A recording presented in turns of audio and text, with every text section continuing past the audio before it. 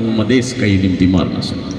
पछिल्तिर लेखिएको छ, म हुँ श्रमदाता, हेर्दिन म अरूको आस, बन्दिन म जिउँदो लास, सजाउँछु श्रमले परिवेश, बनाउँछु म आफ्नो देश। यस्ता नाराहरू लेखिएका यो टी सर्टहरू लगाएर हामी सबैजना एउटै खालका मान्छे हौँ भन्ने भाष्य, भन्ने मान्यता, भन्ने सत्यतालाई खडा गरेर अगाडि बढिरहेको एउटै मात्र पार्टी हो श्रम संस्कृति। त्यस्तो पार्टीमा यहाँहरू सबैजनालाई म हार्दिक स्वागत गर्न चाहन्छु। हाम्रो यो पार्टीको नाराबाजी, यो पार्टीको जुलुसहरू पनि भइरहन्छ। त्यसमा तपाईँले हाम्रो पार्टीको झन्डा देख्नुभयो? नेपालको इतिहासमा नेता बिनाको पार्टी, कार्यकर्ता बिनाको पार्टी, केवल श्रमदाता सहितको पार्टी। नेपालकै इतिहासमा पानी, नेपालकै इतिहासमा आफ्नो पार्टीको झन्डा बिनाको पार्टी हाम्रो झन्डा हो त यो चन्द्र सूर्य अङ्कित झन्डा हो। यो चन्द्र सूर्य अङ्कित झन्डाका साथ हामी अगाडि बढिरहेको पार्टी। यस्तो पार्टीमा यहाँहरू सबैजनालाई हार्दिक स्वागत गर्न चाहन्छु। ताली बजाउनु पर्छ है। म मेरो कुरा राख्नुभन्दा पहिला अलिकति गीत गाउने गर्छु, अरूलाई पनि गीत गाउन लगाउँछु होइन? गाउने हो, यहाँ पनि गीत गाउँ कि लगाउँ? ठाउँै रमाइलो छ, झन् यहाँ त झन् गाउनुपर्छ होइन? तर यहाँ माया पिरतीको र रमाइलो खालको गीतभन्दा अलिकति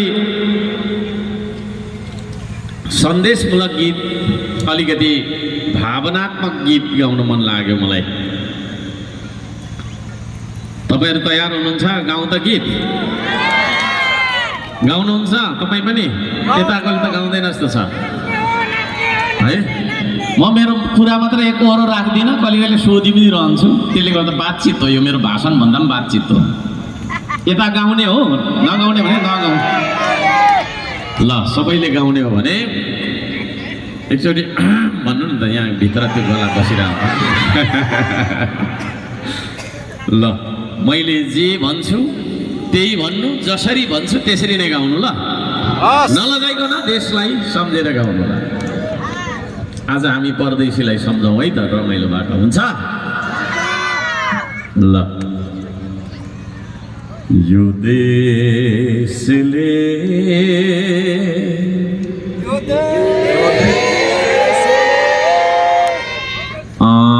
उपस्थित मध्ये 20%ले मात्रै गाउनुभयो है। थोरैमा 80%ले गाउनुपर्छ। पर सुनिँदैछ? यसो गर्नु त, यसो सुनिँदैछ है ल? राम्रै छ हाम्रो साउन्ड सिस्टम। सबैले गाउँ है। कसको घरमा, घरको सदस्य अहिले चाहिँ नि विदेशमा हुनुहुन्छ, एकचोटि हात उठाइदिनु त। कसको छोरा होला, कसैको होइन, कोही न कोही छ त्यहाँ पक्कै पनि विदेश। थुप्रै है, आधीभन्दा धेरै मान्छेको के अरे तपाईँको आफन्त विदेशमा छ। त्यो विदेशी परदेशी होइन, परदेशमा दुःख गरेर हामीलाई पैसा पठाएर हामी भात खाँदैछौँ। त्यो अन्नदाता है, त्यो पैसा पठाउने मान्छेहरूलाई सम्झेर हामीले उहाँहरूलाई समर्पण गरेर एउटा गीत गाउँ है त ल। हुन्छ?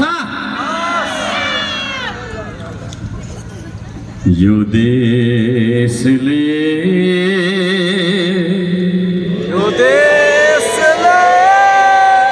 फेरि सबैले गाउन ल, नलजाइकन। यो देशले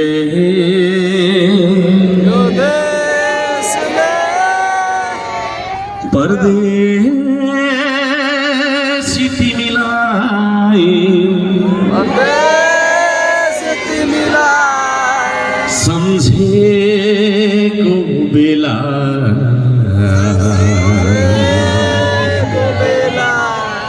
बाटो कि लाग्दो हो।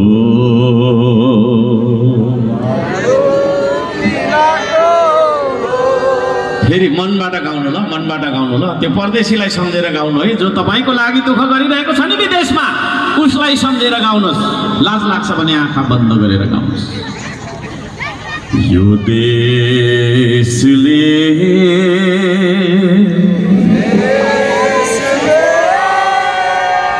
परदेशी तिमीलाई सम्झेको बेला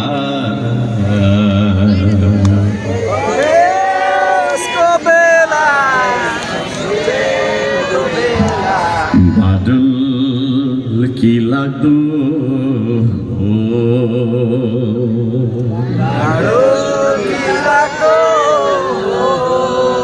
आमाले तिमीलाई घुरिरहेको होला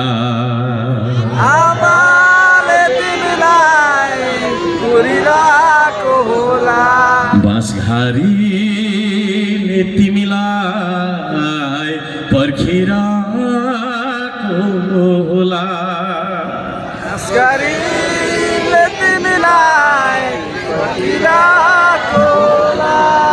बाबाले तिमीलाई सोधिरहेको होला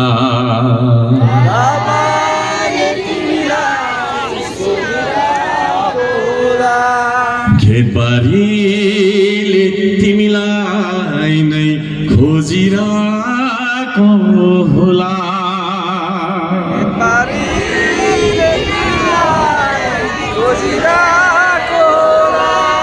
अनौठो अनौठो सपना देख्दो हौ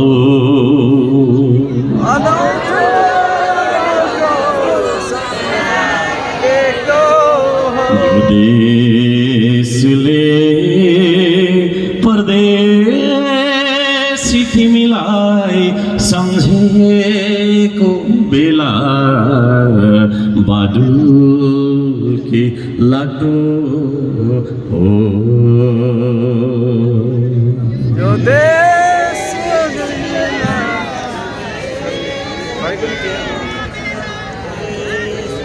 साँच्चै नै परदेशीलाई सम्झिनु भयो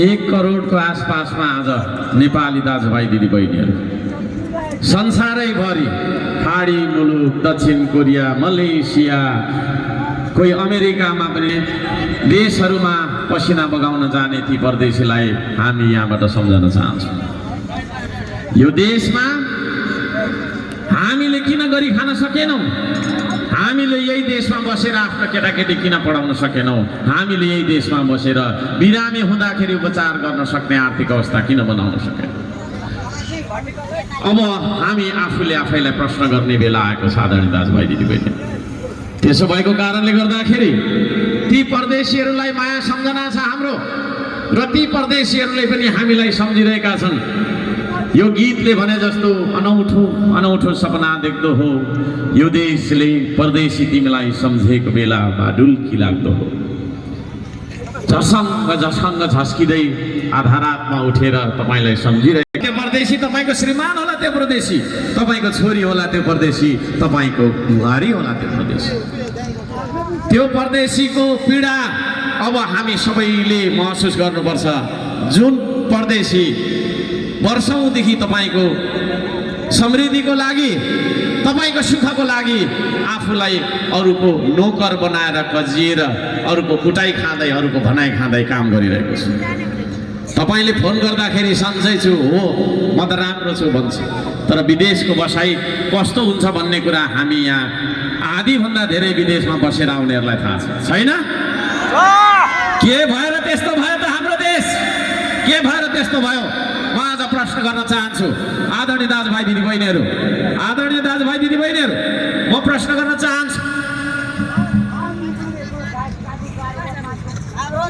त्यो प्रश्न गर्न म चाहन्छु सबैजनालाई हार्दिक नमन गर्दै म त्यो प्रश्न गर्न चाहन्छु अब हामीले विचार गर्नुपर्ने दिन आयो यो देशमा शान्ति सुव्यवस्था यो देशमा आर्थिक उन्नति यो देशमा विकास समग्रमा भन्दाखेरि हुन नसक्नुको कारणले गर्दाखेरि ती परदेशीहरू आज परदेश जानु परेको छ तपाई हामी पनि कतिले कोरियन भाषा सिकिरहेका छौं होला यहाँनेर जेन्जीहरूले है कोही भर्ती लाग्नका लागि मुटु फुटिन्जेल कुदिरहेका छौं होला कोही भिजा एप्लाई गरेर भर्खर आएको छ होला कोही परदेशबाट आएको भर्खर भोलि जानुपर्ने 1 महिनापछि जानुपर्ने भन्ने स्थितिमा होला त्यसो भएको कारणले गर्दाखेरि सबैजना आदरणीय दाजुभाइ दिदीबहिनीहरूलाई म भन्न चाहन्छु अब हामीले समीक्षा गर्ने दिन आयो अब हामीले विचार गर्ने दिन आयो आदरणीय दाजुभाइ दिदीबहिनीहरू अब हामी विचार गर्छौं त सबैजनालाई म भन्न चाहन्छु हामी विचार गर्छौं त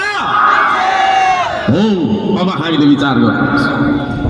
श्रम संस्कृति भनेर हामी आएका छौँ। के हो यो श्रम संस्कृति?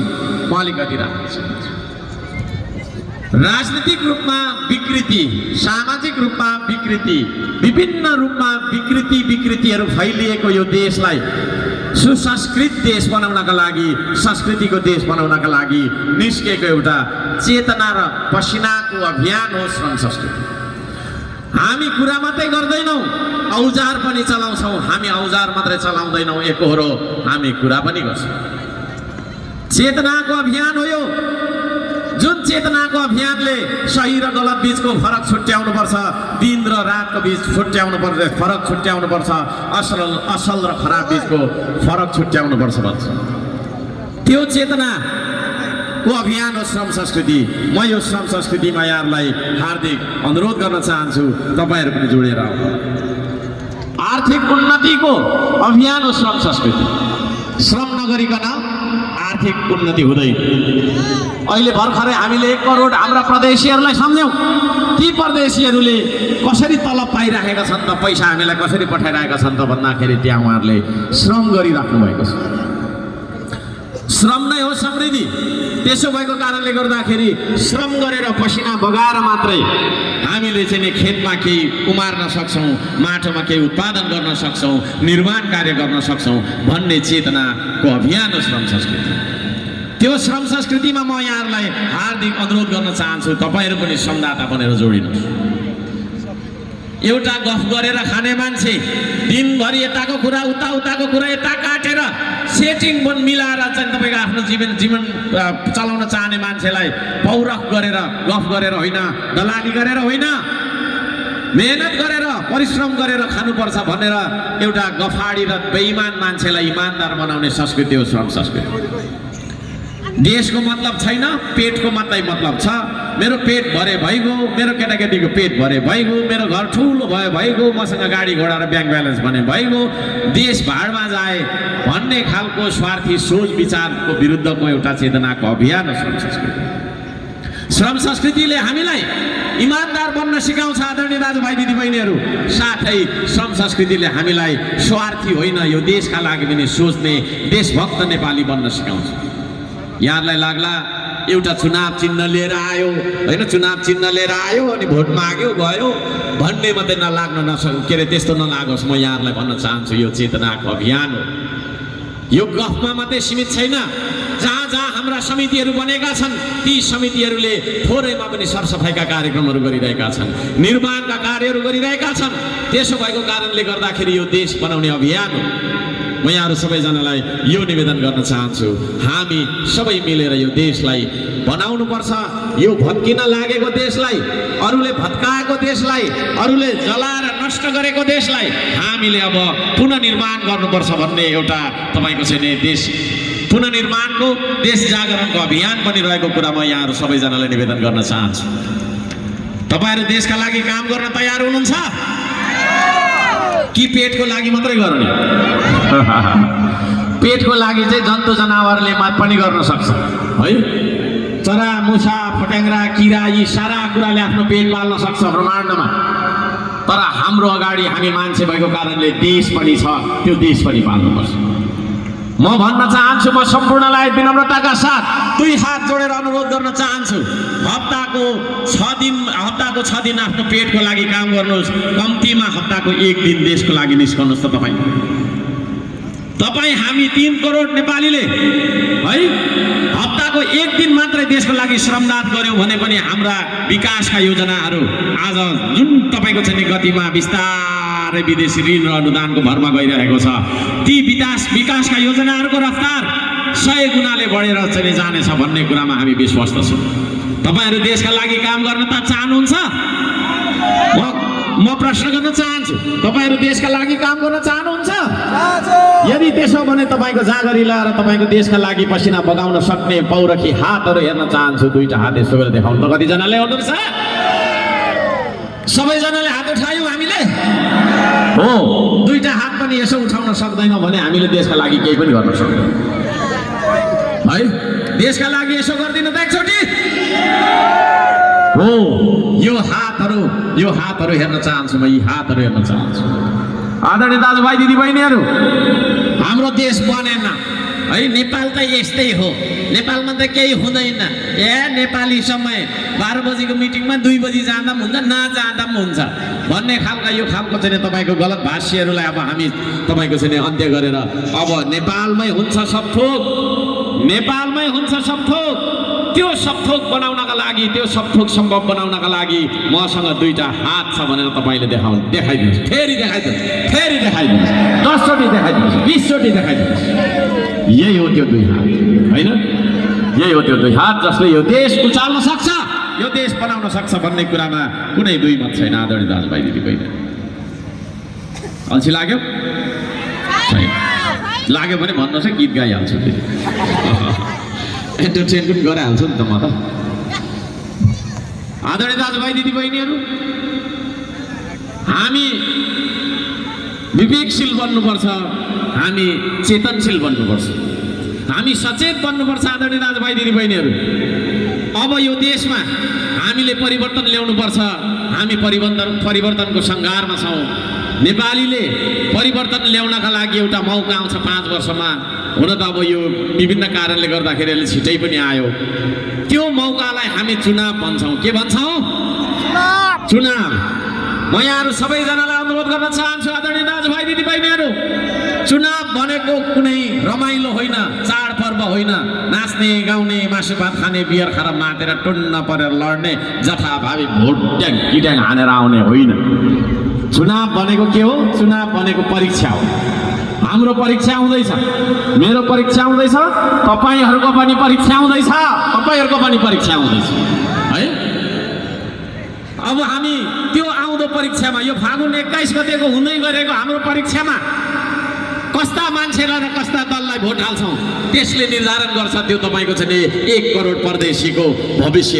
त्यही नै तपाईँको चाहिँ जीवनभर कजिएर बस्ने हो या नेपालमा चाहिँ के गर्ने भन्ने कुराको वातावरण बनाउने हो भन्ने कुरामा त्यो दिनको परीक्षाको तपाईँको उत्तरले, त्यो दिनको उत्तरले निर्णय गर्नेछ। म त्यो भन्न चाहन्छु। म तपाईँहरूलाई जबरजस्ती गर्न आएको मान्छे होइन। श्रम संस्कृतिले जबरजस्ती कसैलाई गर्दैन पनि है। हामी तपाईँहरूलाई सम्झाउन र बुझाउन चाहन्छौँ। हामी तपाईँहरूलाई सत्य कुरा सुनाउन चाहन्छौँ। सत्य कुरा सुन्दाखेरि नमज्जा लाग्छ, तितो लाग्छ, फ्याक्टेरिया यस्तो पनि हुन्छ भन्ने खालको जस्तो लाग्छ, तर सत्य कुराकै जित